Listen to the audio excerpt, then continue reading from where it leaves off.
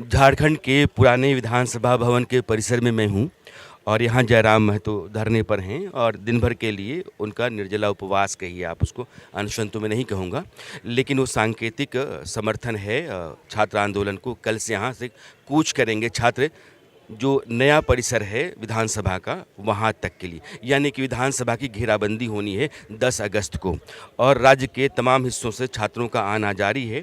Jaipal Singh stadium जो यहाँ से कुछ 1 किलोमीटर की दूरी पर है वहाँ वो जमा हो रहे हैं, उनका जुटान चल रहा है और धीरे धीरे समय के साथ साथ वहाँ तादाद बढ़ती चली जा रही है। तो जयराम महतो से मिलने आया तो मुफ्ती साहब यहाँ मिल गए, तो मैंने कहा कि बात मुफ्ती साहब से भी हो जानी चाहिए। मुफ्ती साहब, आपका समर्थन इस आंदोलन को क्यों है? सबसे पहले तो आपका चैनल का हम शुक्रिया अदा करते हैं कि झारखंड गौरवशाली धरती पर आप दिल्ली से चल कर के आए हैं, यानी देश का आत्मा और सेंटर दिल्ली है और उसका ब्रांच और एक पार्ट झारखंड है, उसका मरकज़ी मकाम राजधानी रांची शहर। आज ओल्ड विधानसभा में जेएलकेएम के संस्थापक राष्ट्रीय अध्यक्ष डुमरी विधायक ने झारखंड छात्रों के समर्थन में 1 दिवसीय अपना भी इन्होंने धरना क्या है उपवास रखा है। इसी के लिए अभी हम जयपाल सिंह स्टेडियम गए।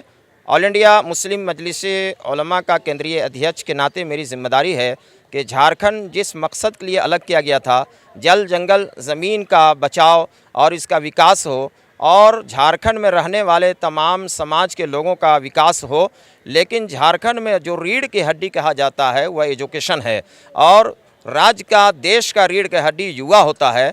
अगर झारखंड जैसे खनिज संपदा से भरा हुआ राज्य का युवा अगर धरना पे बैठने पे मजबूर हो जाए तो ये बहुत अफसोस की बात है। बुनियादी बात यह है जिसको कोई मीडिया में नहीं ला रहा है, अभी मैंने जयपाल सिंह स्टेडियम में भी यही बात कही है। झारखंड का अस्थाई नीति और नियोजन नीति जिस दिन झारखंड का मुखिया ईमानदारी के साथ लागू कर देगा तो ये जितने छेड़छाड़ हो रहे हैं और पेपर का बिकाव हो रहा है, बाहर के लोग आकर के यहाँ जॉब कर रहे हैं, ये सारी बीमारियों के एक ही इलाज है कि झारखंड नियोजन नीति अस्थाई नीति लगना चाहिए। और स्वाभाविक है कि झारखंड के बड़े आंदोलनकारियों में से एक माननीय स्वर्गीय शिबू सोरेन थे, उन्हीं के बेटा हैं, ये तीसरे टर्म के चीफ मिनिस्टर हैं। हम उम्मीद रखते हैं कि माननीय हेमंत सोरेन जी दाएं बाएं बीमार मानसिकता के उन तमाम सलाहकारों को साइड कीजिए, आइए टेबल पर बैठिए, ज़मीन पर बैठ करके हम जयपाल सिंह की पवन धरती पर, शहीद शेख भिखारी के पवन धरती पर, अबुल कलाम आज़ाद जिन्होंने 4 साल इस मोराबादी में रह करके देश के आज़ादी को रूपरेखा तैयार किया,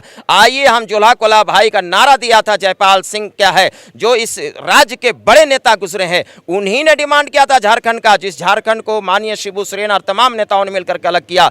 आप छात्रों के साथ वार्ता कीजिए और छात्रों के साथ दाएं बाएं आपको जो सलाह गलत गतिविधियों में डालना चाहते हैं, दरअसल आपके सत्ता के दुश्मन हैं, आपके पावर के दुश्मन हैं। आपके तमाम झारखंड के आदिवासी, झारखंड के दलित, झारखंड के मुसलमान, झारखंड के ओबीसी और झारखंड के सभी कास्ट के लोग आपके पीठ पर खड़े हैं। हम अकेला ही चले थे जानिबे मंजिल, मगर हम सफर आते गए, कारवां बनता गया। ना रुकना चाहिए, ना चुकना चाहिए, ना बिकना चाहिए, यही झारखंड के युवाओं का डिमांड है। और ऑल इंडिया मुस्लिम मजलिस उलमा का भी यही डिमांड है माननीय मुख्यमंत्री से कि अविलंब आप नियोजन नीति और स्थानीय नीति को लागू कीजिए और गलत सलाहकारों को आप साइड कीजिए। आपको दिग्भ्रमित किया जा रहा है, ऐसा ना हो कि गया वक्त फिर हाथ आता नहीं, सदा दौरे दौरा दिखाता नहीं, कि सब हाथ से चला ना जाए। मौलाना साहब, 14 दिन हो गए लड़कों को वहाँ धरने पर बैठे हुए। शुरुआत में तो पानी गिर रहा था, धूप थी, बाद में जाजिम आ गया, किसी ने खाना दे दिया, पानी आ गया, धीरे धीरे उनके लिए जो ज़रूरी बंदोबस्त है वो होने लगे लोगों के ज़रिए। इन 14 दिनों में आपने वहाँ जाके क्या किया?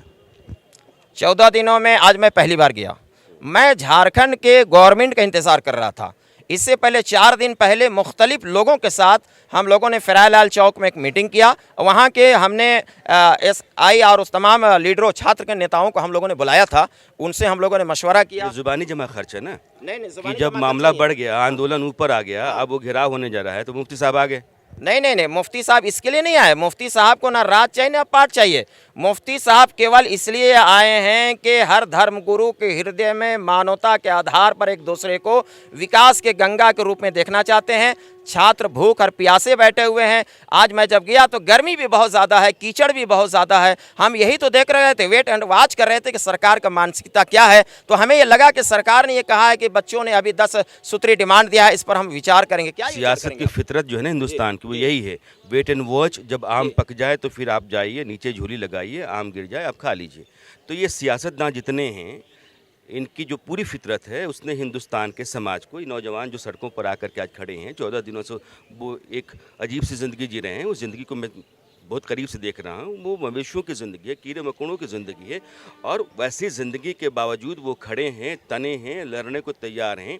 और मुफ्ती साहब जो है अचानक से आ गए, उन्होंने नारा बुलंद करना शुरू कर दिया कि राम जी का भी 14 साल के वनवास के पास पूरी दुनिया में एक इतिहास लिखा गया और राम के चाहने वाले पूरे विश्व में हैं। मजहब नहीं तो सिखाता, कल जब ये सब चलेंगे तो आप तो सबसे आगे रहेंगे। बिल्कुल, छात्रों के आत्मे की आवाज़ हम लोग बन के हैं, बन के रहेंगे। छात्रों से ही देश और राज्य चलेगा। छात्र अगर नहीं है, छात्र का मतलब क्या है? एजुकेशन है, रोशनी है। अंधेरे में कैसे टामकटोई आप क्या छापामारी कीजिएगा? रोशनी के बगैर आप कुछ भी नहीं कर सकते। आप भी वहाँ से दिल्ली से चल के आए हैं, एक रोशनी देने के लिए हमको आए हैं, हमारे साहस और ऊर्जा को बढ़ाने के लिए आए हैं। मीडिया तो देश का चौथा स्तंभ है। मीडिया भी जिस दिन निष्पक्षता के साथ जिन लोगों के साथ पीड़ा और दर्द है उसको क्या है टेबल पर रखना शुरू कर देगा तो निश्चित रूप से इस समस्या का समाधान हो जाएगा। जो मीडिया से निष्पक्षता की उम्मीद आप करते हैं, दरअसल यहाँ के लोगों के साथ भी हम वही उम्मीद करते हैं कि जो स्टूडेंट लगातार मोर्चा थामे हुए हैं और हर हाल में वो वहाँ खड़े रहने को तैयार रहते हैं। आप लोगों का कोई नैतिक समर्थन नहीं है। आप लोगों का महाराष्ट्र मैंने देखा लोग सामान लेकर के आ रहे हैं, मध्य प्रदेश से लोग सामान लेकर के आ रहे हैं, लेकिन अब जहाँ भी जमावड़ा होता है, जहाँ कैमरा ऑन हो जाता है, माइक ऑन हो जाता है, वहाँ बहुत सारे लोग आ जाते हैं और फिर उनको जो है एक्सपोजर चाहिए। वहाँ जो जलालत है और वहाँ जो स्थिति है, वो जो उनकी मोर्चाबंदी है, जिस तरीके से सरकार से वो लड़ रहे हैं, डर रहे हैं, पूरी सरकार, यहाँ की राजनीति, यहाँ के दल तोड़े जा रहे हैं।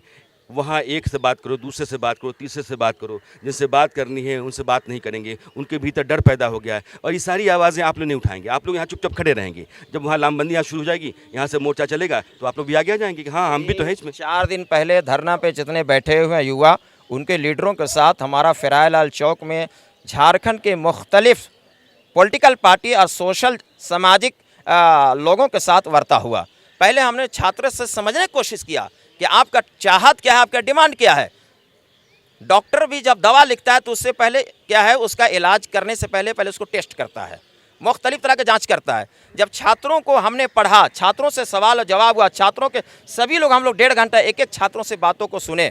कैसे हकीम है मुफ्ती साहब, कैसे हकीम हैं आप? झारखंड का चाहे 7 तारीख का मसला हो या 10 तारीख का मसला हो, जब तक झारखंड के छात्रों को न्याय नहीं मिलेगा, झारखंड में बिना भेदभाव के, बगैर जात पात के, बगैर धर्म और मजहब को सामने लाए, सिर्फ मानवता के आधार पर छात्रों के साथ झारखंड के तमाम जमात के लोग साथ हैं। अप्रैल में रिज़ल्ट आया है। अप्रैल के बाद से नाराज़गी है। अप्रैल के बाद से यहाँ बेचैनी है बच्चों में। वो तो कहिए कि जुलाई में 25 तारीख को जंतर मंतर पर एक आंदोलन कामयाब हो गया तो यहाँ के छात्रों को लगा कि हम भी कामयाब हो सकते हैं, तो वो फिर एक छोटी सी जगह से आ गए जयपाल सिंह स्टेडियम में और धीरे धीरे वो लामबंद होते रहे।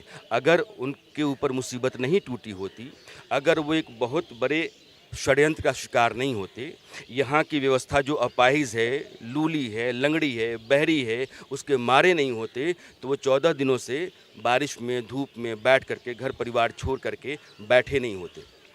लेकिन ये है कि इस आंदोलन का कामयाब होना देश में छात्रों के मंसूबे और मनोबल के लिए बहुत ज़रूरी है। कल यहाँ से वो कूच करेंगे विधानसभा जो नई बनी है वहाँ तक के लिए। सरकारें और प्रशासन हमेशा इस तरह के आंदोलनों को रोकने के लिए सारे तिकड़म अख्तियार करते हैं, वो की जा रही हैं। लेकिन अब ये आमने सामने का मोर्चा है। नतीजा आज हो, कल हो, परसों, मैं भी नहीं जानता हूँ, आप भी नहीं जानते हैं, लेकिन कोई ना कोई नतीजा निकलना चाहिए और ऐसे ही आंदोलनों से निकलता है। और सिर्फ नतीजा नहीं निकलता है, वहाँ से एक सबक निकलता है, एक मैसेज निकलता है, और वो मैसेज बाकी आंदोलनों के लिए और बाकी हौसलों के लिए बहुत ज़रूरी होता है।